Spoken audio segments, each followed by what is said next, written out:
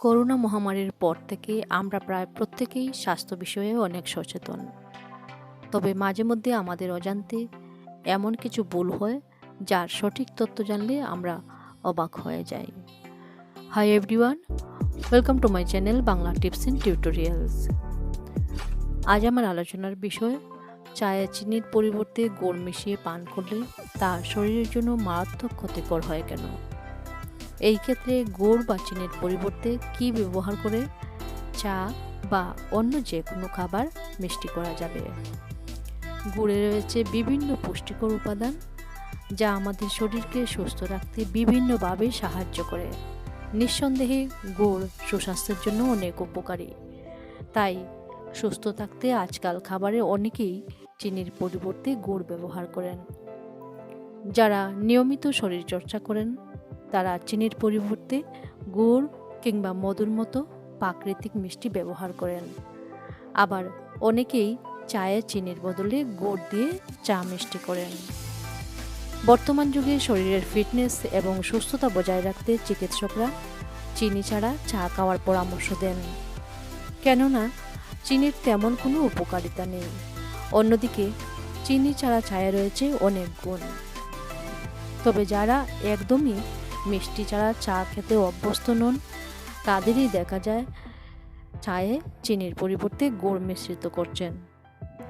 চায়ের সাথে গুড় মিশ্রিত করা খুবই উপকারী, কিন্তু আয়ুর্বেদ মতে এটি সম্পূর্ণ ত্রুটিপূর্ণ সংমিশ্রণ। দুধ চায়ে কখনোই গুড় মেশানো উচিত নয়। যদি ভিডিওটি ভালো লাগে তবে অবশ্যই লাইক, শেয়ার এবং কমেন্টস করবেন, সাবস্ক্রাইব করে পাশে থাকবেন। আর যারা অলরেডি আমার চ্যানেলকে সাবস্ক্রাইব করে রেখেছেন তাদেরকে অসংখ্য ধন্যবাদ। চিনি এবং দুধ মিশ্রিত চা সাধারণত প্রচলিত হলেও চায়ের স্বাদ বাড়াতে এবং উপকারিতা পেতে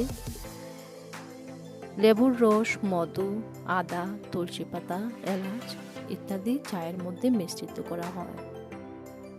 অনেকেই নিয়মিত দুধ চা পান করেন আর সুস্বাস্থ্যের জন্য তাতে চিনির বদলে গুড় মেশান। দুধ এবং গুড় একসঙ্গে মেশালে পরিস্থিতি কঠিন করে তুলতে পারে। নিয়মিত দুধ চায়ে গুড় মেশালে তা হজমের সমস্যা সৃষ্টি করতে পারে। বিশেষজ্ঞরা বলছেন, আয়ুর্বেদে দুধকে ঠান্ডা এবং গুড়কে গরম খাদ্য হিসাবে চিহ্নিত করা হয়।